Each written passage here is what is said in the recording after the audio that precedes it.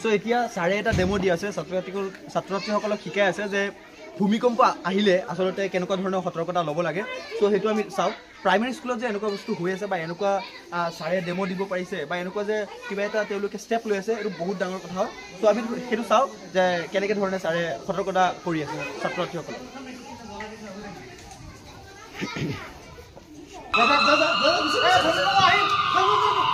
ভূমিকম্প আহিল, সাবধান সাবধান, চেক হৈ যোৱা।